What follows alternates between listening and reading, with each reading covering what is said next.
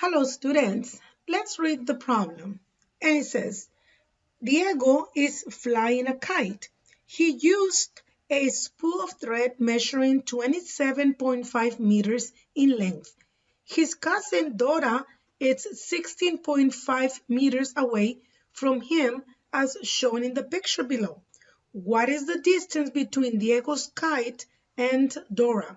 Record your answers and fill in the bubbles in the grid below. Be sure to use the correct place value. Okay, so what is it that I'm looking for? Well, we're looking for the distance between Diego's kite and Dora, right? So basically what we're looking for is the distance between the kite, which is right here, all the way straight down to Dora's, right there. You guys see that one? Okay, so there is a triangle, right? And if I look at Dora straight up to the kite, that's the height that I'm looking for. But if I look at Dora and Diego, these will make another side.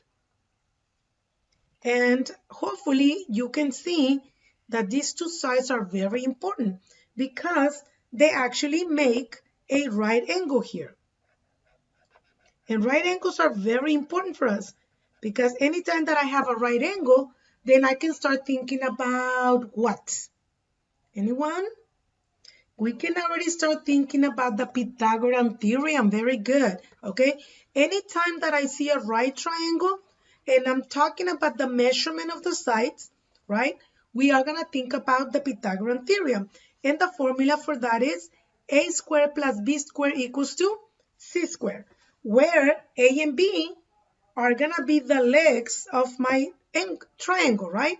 And remember, the legs are always going to be the ones who are going to make you right angle. Therefore, 16.5 can be my A, okay?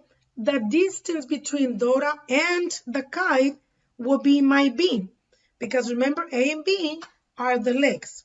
27.5, notice how that it's right across. Like if I was to walk from my right angle straight, I will go to 27.5. And that is my C value. And remember, C is called the hypotenuse, okay? And that is the longest side of my right triangle, okay?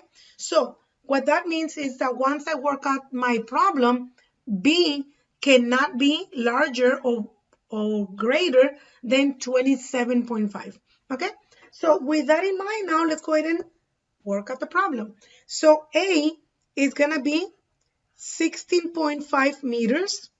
So I'm going to leave the meters on the side. We'll come back to the units later. B is not given to me. Then I just bring down my B. And C is 27.5 meters. So I'm going to raise it to the second power. So just so that you can see, this A is the 16.5. This C value is 27, which I am gonna replace it right here. Okay, so the one that I'm missing is B, right? Let's go ahead and continue my problem. 16.5 to the second power gives me 272.25 plus B squared equals my answer for 27.5 to the second power is 756.25. So now I can see this as an equation. I need to leave B by itself. Therefore, I'm going to subtract 272.25 on both sides. Remember, whatever you do on one side, you do it to the other side.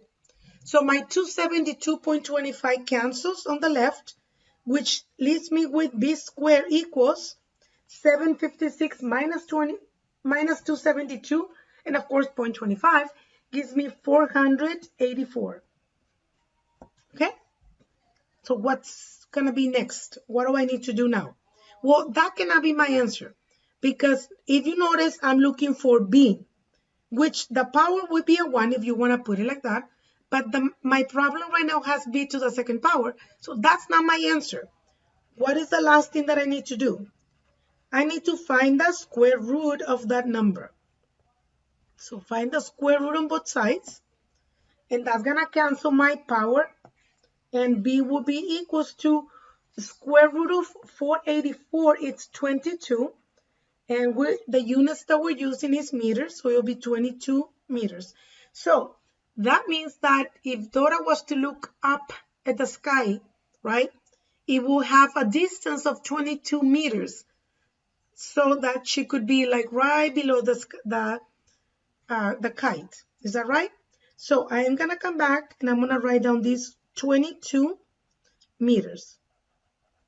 And notice how 22, it is less than 27.5. So we're good because we agree that the hypotenuse, which is C, should be the largest one. Since 22 is a whole number, my answer therefore will be on the left side of the decimal. Okay, so make sure that you bubble it, the 2 and the 2. If that's a whole number, I do not need to fill in it with zeros, right? Neither the positive.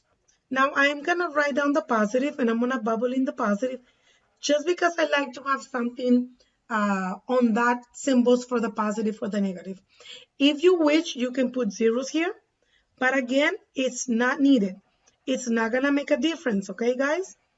So I'm gonna do it just because I haven't done it on the other questions, just to show you that it doesn't make a difference, okay?